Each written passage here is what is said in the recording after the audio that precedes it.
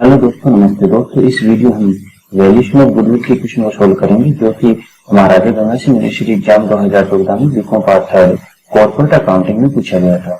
तो चलिए दोस्तों क्वेश्चन को शुरू करते हैं। तो हाँ दोस्तों, क्वेश्चन को शुरू करने से पहले अगर आपको हमारा ये वीडियो पसंद आता है तो वीडियो को लाइक कीजिए और अपने दोस्तों को शेयर कीजिए, और हमारे चैनल को अभी तक सब्सक्राइब नहीं किया है तो प्लीज चैनल को सब्सक्राइब कर लें। तो चलिए दोस्तों वीडियो को शुरू करते हैं। महेश लिमिटेड 21 मार्च 2013 को निम्नलिखित शेष है 5000 10% कॉमोडिटी प्रोफेशियल 5 लाख रुपए, 10,000 इक्विटी शेयर और रुपीज 10 लाख रुपए, रिजर्व एंड सरप्लस 8 लाख रुपए, 15% डिबेंचर 3 लाख रुपए की, क्रेडिटर्स की अमाउंट दे रखी हमें 2,50,000 रुपए की, और प्रोविजन फॉर टैक्सेशन दिया हमें 1,50,000 की। बैलेंस शीट की लाइबिलिटी साइड का योग है 30 लाख रुपए। फिर एसेट साइड में हमें दे रखा है लैंड एंड बिल्डिंग की वैल्यू 7 लाख रुपए, प्लांट एंड मशीनरी की वैल्यू 12 लाख रुपए, डेटर से हमारे पास 3 लाख रुपए का, स्टॉक है 5 लाख रुपए का, कैश इन हैंड है 1 लाख रुपए का, और प्रीलिमिनरी एक्सपेंस दिया है हमें 2 लाख रुपए का। टोटल एसेट साइड होगी 30 लाख रुपए। एडिशनल इंफॉर्मेशन और दी हमें क्वेश्चन में आपको सूचित किया जाता है कि सूचना नंबर 1 भूमि और भवन का बाजार मूल्य 12 लाख रुपए है तथा प्लांट एंड मशीन का बाजार मूल्य 13 लाख रुपए है। 2 नंबर सूचना, इसी प्रकार की कंपनी में इक्विटी का बाजार मूल्य 2,50,000 रुपए 250 रुपए इन पिछले 3 वर्षों में औसत लाभांश 30% है। संचय एवं अधिक में चालू वर्ष का 6 लाख रुपए का लाभ 1,50,000 रुपए का चालू वर्ष के लिए कर का आयोजन घटाने के बाद शामिल है। ख्याति का मूल्य 3 वर्षों के अधिलाभों को क्रम लेते हुए वार्षिक वर्ती विधि से ज्ञात कीजिए। 1 रुपए की वार्षिक का 3 वर्ष के लिए वर्तमान मूल्य 12% की दर से 2.042 रुपए है। तो इस क्वेश्चन में हमें ख्याति की गणना करनी है, और ख्याति की गणना करने की विधि दी है हमें वार्षिक वर्ती विधि। इस विधि से हमें क्वेश्चन को सोल्व करना है। इस क्वेश्चन में हमें भूमि और भवन का बाजार मूल्य दिया है, प्लांट एंड मशीन का बाजार मूल्य दिया है, और इन पर डेप्रिसिएशन की किसी प्रकार की सूचना हमें नहीं दी है। तो हम यहाँ इस क्वेश्चन में मान लेंगे कि भूमि और भवन पर डेप्रिसिएशन 10% की दर से लगाया गया है और प्लांट एंड मशीन पर डेप्रिसिएशन 15% की दर से चार्ज किया गया है। ऐसा हम मान लेंगे सूचना के अभाव में। और एक और मिसिंग है इसमें, नॉर्मल रेट ऑफ रिटर्न भी इस क्वेश्चन में हमें नहीं दिया है। तो नॉर्मल रेट ऑफ रिटर्न ज्ञात करने के लिए हमें सूचना नंबर 2 दी है। सूचना नंबर 2 में इसी प्रकार की कंपनी में समतांश का बाजार मूल्य 250 रुपए इन पिछले 3 वर्षों में औसत लाभांश 30% है। इस सूचना से हम नॉर्मल रेट ऑफ रिटर्न ज्ञात कर लेंगे। और हमें करंट ईयर का प्रॉफिट दिया है 6 लाख रुपए after tax, provision for tax की अमाउंट दे दी 1,50,000 रुपए। इतनी सारी हमें सूचना दी है। तो क्वेश्चन को सोल्व करते हैं। चलिए, तो सबसे पहले हमें लिखना है valuation of goodwill by annuity method. Step number first है एवरेज प्रॉफिट या फ्यूचर मेंटेबल प्रॉफिट। इसके लिए हमें एक अमाउंट ऑफ कॉलम तैयार करना है और उसमें लिखना है current year net profit after tax. Current year का नेट प्रॉफिट हमें दिया है, चालू वर्ष का लाभ दे रखा है हमें 6 लाख रुपए, तो यहाँ लिख देंगे 6 लाख रुपए। इसमें ऐड कर देंगे प्रोविजन फॉर टैक्स जो कि हमें दिया है 1,50,000। 1,50,000 ऐड करने के बाद हमारे पास वैल्यू आती है 7,50,000। ये हमारा करंट ईयर का प्रॉफिट आ गया 7,50,000 बिफोर टैक्स। हमारा करंट ईयर का प्रॉफिट है 7,50,000 बिफोर टैक्स। अब इसमें जो भी एडजस्टमेंट है, फ्यूचर में जो एडजस्टमेंट होंगे उसे हम इस प्रॉफिट में से एडजस्ट करेंगे और फ्यूचर प्रॉफिट ज्ञात करें। तो एडजस्टमेंट में हमारे पास केवल एक ही सूचना है, ओनली फॉर डेप्रिसिएशन, जो कि रेट तो नहीं दी है लेकिन हमने माना है कि लैंड एंड बिल्डिंग पर depreciation 10% and plant and machine पर डेप्रिसिएशन 15% है। तो भूमि और भवन का मूल्य 12 लाख रुपए है बाजार मूल्य, और इसकी बुक वैल्यू 7 लाख रुपए। बाजार मूल्य बुक वैल्यू से ज्यादा है, इसलिए हम लैंड एंड बिल्डिंग पर एक्स्ट्रा डेप्रिसिएशन चार्ज करेंगे। एक्स्ट्रा डेप्रिसिएशन हम जो प्रॉफिट ज्ञात किया था उसमें से लेस करेंगे, तो less extra depreciation on land and building. तो कितना लगेगा लैंड एंड बिल्डिंग पर? 10% की रेट से, ऐसा हमने माना है। तो लिखेंगे हम माना कि डेप्रिसिएशन लैंड एंड बिल्डिंग पर 10% और प्लांट एंड मशीन पर 15% है। तो एडिशनल वैल्यू कितनी होगी? 12 लाख माइनस 7 लाख 5 लाख, तो 5 लाख पर हमें डेप्रिसिएशन लगाना है 10%, जो कि आया हमारा 50,000। नेक्स्ट हम देखते हैं प्लांट एंड मशीन पर डेप्रिसिएशन। तो प्लांट एंड मशीन की बाजार वैल्यू है 13 लाख रुपए और बुक वैल्यू है 12 लाख रुपए।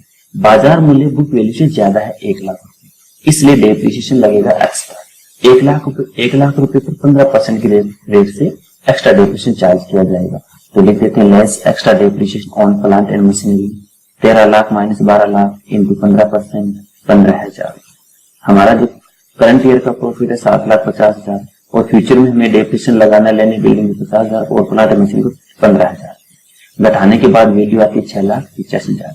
ये आ गया हमारा प्रॉफिट, फ्यूचर का प्रॉफिट आ गया 6,85,000। और इसमें से हमें लेस करना है टैक्स, फ्यूचर का टैक्स। फ्यूचर में कितना टैक्स देना है, यहाँ पर क्वेश्चन में हमें टैक्स की रेट नहीं दी है, तो हम मान लेंगे कि जो करंट ईयर में जो टैक्स रेट चुकाई जाती है वही टैक्स की रेट है वो फ्यूचर में हम पे करेंगे। तो करंट ईयर की टैक्स रेट हम याद कर लेते हैं। करंट ईयर में हमने टैक्स चुकाया 1,50,000 रुपए का, जो कि हमारा प्रॉफिट था 7,50,000 का हमने प्रॉफिट कमाया, जिसमें से 1,50,000 का टैक्स दे दिया और हमारा नेट प्रॉफिट आ गया 6 लाख रुपए। तो याद कर लेते हैं टैक्स रेट 1,50,000 डिवाइडेड 7,50,000 इंटू 100, तो बराबर टैक्स रेट कितनी आ गई हमारी 20%। तो फ्यूचर में हम टैक्स कितना पे करेंगे 20%। और 20% किसका, फ्यूचर का हमारा प्रॉफिट है 6,50,000 बिफोर टैक्स, 6,50,000 का 20% निकाल लेते हैं। 6,50,000 का 20% जो कि आया 1,37,000। 6,50,000 में से 1,37,000 घटाने पर वैल्यू आती है हमारी 5,48,000। ये 5,48,000 आ गया हमारा एक्चुअल एवरेज प्रॉफिट, फ्यूचर में प्रॉफिट। फ्यूचर में हमें कितना प्रॉफिट होगा 5,48,000 का फ्यूचर में हमें प्रॉफिट होगा। स्टेप नंबर 1 कंप्लीट है। अब स्टेप नंबर 2 पे चलते हैं। स्टेप नंबर 2 है हमारी average capital employed. Average capital employed के लिए हमें अमाउंट के 2 कॉलम तैयार करने हैं और सबसे पहले हमें लिखना है assets, amount and amount. Assets में हमें टोटल एसेट्स लेनी है एक्सक्लूडिंग नॉन ट्रेड इन्वेस्टमेंट, के एसेट्स में केवल नॉन ट्रेड इन्वेस्टमेंट को छोड़ना है और फिक्स्ड एसेट्स को, कृत्रिम संपत्तियों को हमें छोड़ना है। बाकी जो भी एसेट्स है उसे हमें शामिल करना है। देख लेते हैं हमारे पास एसेट्स कौन कौन सी है। एसेट्स में दिया हमें land building, plant and machinery, debtors, stock, cash in hand. Preliminary expense शामिल नहीं करेंगे क्योंकि ये संपत्ति नहीं है। तो एसेट्स की हमें बाजार मार्केट वैल्यू लेनी है। अगर मार्केट वैल्यू नहीं है तो हम बुक वैल्यू लेंगे। मार्केट वैल्यू केवल लैंड एंड बिल्डिंग की 12 लाख है, प्लांट एंड मशीनरी की 13 लाख है और किसी एसेट्स की हमें मार्केट वैल्यू नहीं दी है, इसलिए हम debtors, stock, cash in hand की बुक वैल्यू लेंगे। तो सभी एसेट्स को लिख लेते हैं। लैंड एंड बिल्डिंग की वैल्यू है 12 लाख रुपए, प्लांट एंड मशीन की वैल्यू है 13 लाख रुपए, डेटर्स की वैल्यू है 3 लाख रुपए, स्टॉक की वैल्यू है हमारी 5 लाख रुपए और कैश इन हैंड है हमारा 1,50,000। टोटल एसेट्स होता है हमारा 34 लाख। टोटल एसेट्स हो गए रियलाइज 34 लाख। इसमें से हमें लेस करना है लायबिलिटीज। लायबिलिटीज में हमें कौन सी लायबिलिटी लेस करनी है, long term loan and current liabilities को लेस करना है। देख लेते हैं हमारे पास लायबिलिटीज में लॉन्ग टर्म लोन कौन से हैं और करंट लायबिलिटीज कौन कौन सी है। लॉन्ग टर्म लोन में हमारे पास केवल 15% डिबेंचर है 3 लाख रुपए की, क्रेडिटर्स की अमाउंट दिए 2,50,000 और प्रोविजन प्रोटेक्शन दिए 1,50,000। ये तीनों अमाउंट को हम टोटल एसेट्स में से लेस कर देंगे। लिख दो 15% डिबेंचर 3 लाख रुपए, क्रेडिटर्स 2,50,000 रुपए, प्रोविजन प्रोटेक्शन 1,50,000। टोटल लायबिलिटीज बनती है हमारी 7 लाख। 34 लाख में 7 लाख घटाने पर हमारे पास वैल्यू आती है 27 लाख। 27 लाख आ गई हमारी क्लोजिंग कैपिटल एम्प्लॉयड। हाँ जी, closing capital employed. Total assets में से लायबिलिटीज घटाने पर जो वैल्यू आती है उसे हम क्लोजिंग कैपिटल एम्प्लॉयड कहते हैं। अब हमें तो ज्ञात करना है एवरेज कैपिटल एम्प्लॉयड। तो एवरेज कैपिटल एम्प्लॉयड ज्ञात करने के लिए हमें लेस करना है 50% of current year net profit after tax. 50% of current year net profit after tax. Net profit after tax अर्थात चालू वर्ष की शुद्ध लाभ का 50% लेना है और ये प्रॉफिट आफ्टर टैक्स होना चाहिए। देख लेते हैं करंट ईयर का प्रॉफिट कितना है। सूचना नंबर 3 में हमें करंट ईयर का प्रॉफिट दिया है 6 लाख आफ्टर टैक्स। टैक्स घटाने के बाद हमारा प्रॉफिट है 6 लाख। 6 लाख का 50% 3 लाख रुपए। 27 लाख में से 3 लाख घटा देंगे तो हमारे पास वैल्यू आती है 24 लाख। ये 24 लाख आ गई average capital employed. Average capital employed ज्ञात करने के बाद स्टेप नंबर 3 है हमारी नॉर्मल प्रॉफिट। तो नॉर्मल प्रॉफिट का सूत्र है average capital employed into normal rate of return. Average capital employed अभी हमने ज्ञात किया था स्टेप नंबर 2 में और normal rate of return question में देखेंगे। अगर क्वेश्चन में है तो ठीक है, नहीं तो हम याद कर लेंगे। चलिए देखते हैं क्वेश्चन में। क्वेश्चन में हमें नॉर्मल रेट ऑफ रिटर्न नहीं दी है, लेकिन नॉर्मल रेट ऑफ रिटर्न ज्ञात करने की हमें सूचना दे दी। सूचना नंबर 2 की एक ऐसी ही कंपनी है जिसके अंशों का बाजार मूल्य 250 रुपए है और वह कंपनी पिछले 3 वर्षों में एवरेज डिविडेंड रेट 30% चुकाया है। तो हम मान लेंगे कि हमारी कंपनी भी कितना चुकाएगी, डिविडेंड 30% चुकाएगी और हमारी कंपनी की शेयर की वैल्यू कितनी है 10,000 शेयर हमारे पास इक्विटी शेयर और 10 लाख रुपए की टोटल कैपिटल है। तो एक शेयर की वैल्यू आ गई 100 रुपए। 100 रुपए एक शेयर का है और उस पर हम 30% डिविडेंड देंगे तो डिविडेंड पर शेयर आ गया हमारा 30 रुपए। तो चलिए सोल्व कर लेते हैं। तो इसके लिए हमें एक वर्किंग नोट तैयार करना है, नॉर्मल रेट ऑफ रिटर्न। तो नॉर्मल रेट ऑफ रिटर्न का सूत्र हो जाएगा हमारा यहाँ पर dividend per share divided market price into 100। तो डिविडेंड पर शेयर बटा मार्केट प्राइस इंटू 100, सूत्र में वैल्यू रखने पर डिविडेंड हो गया हमारा 30 रुपए पर शेयर और मार्केट प्राइस हो गया 250। तो हमारी rate normal rate of return आ गई 12%। अब हमें क्या करना है, सूत्र में वैल्यू रखनी है कि एवरेज कैपिटल एम्प्लॉयड को किससे मल्टीप्लाई करना है, नॉर्मल रेट ऑफ रिटर्न से। एवरेज कैपिटल एम्प्लॉयड अभी हमने स्टेप नंबर 2 में ज्ञात किया था, जो कि हमारा आया है एवरेज कैपिटल एम्प्लॉयड 24 लाख रुपए। 24 लाख को अपन किससे मल्टीप्लाई कर देंगे, 12% से। तो मल्टीप्लाई करने पर हमारे पास वैल्यू आती है 2,88,000 रुपए। 2,88,000 आ गया हमारा नॉर्मल प्रॉफिट। तो नॉर्मल प्रॉफिट ज्ञात करने के बाद स्टेप नंबर 4 है सुपर प्रॉफिट। तो सुपर प्रॉफिट का सूत्र है actual average profit minus normal profit.